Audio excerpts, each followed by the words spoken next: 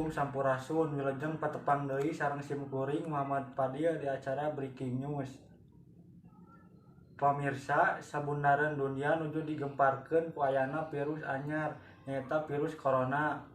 Virus corona tanapi COVID-19 ieu awal kadeteksi di kota Wuhan, Cina ku Dr. Li Wenliang. Virus ieu tos jadi pandemi anu ngagemparkeun dunia kaasup oge Indonesia. Non wae sih gejala virus corona ieu. Virus corona nyaeta virus anu nginfeksi sistem pernapasan. Gejala panyakitna diantawisna hareeng leuwih ti 38 derajat Celcius, batuk, sesak napas,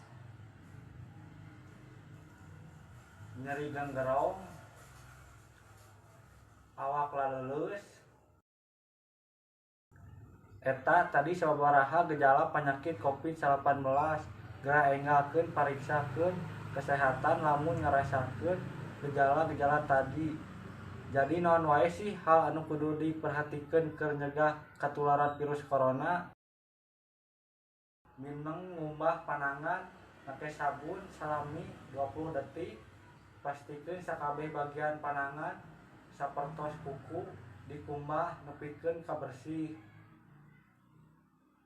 Lamun panangan henteu dina kaayaan bersih, ulah nyabak area beungeut sapertos panon, irung, sareng baham. Gunakeun etika bersin sareng batuk, tong hilap ngangge masker lamun kaluar ti imah.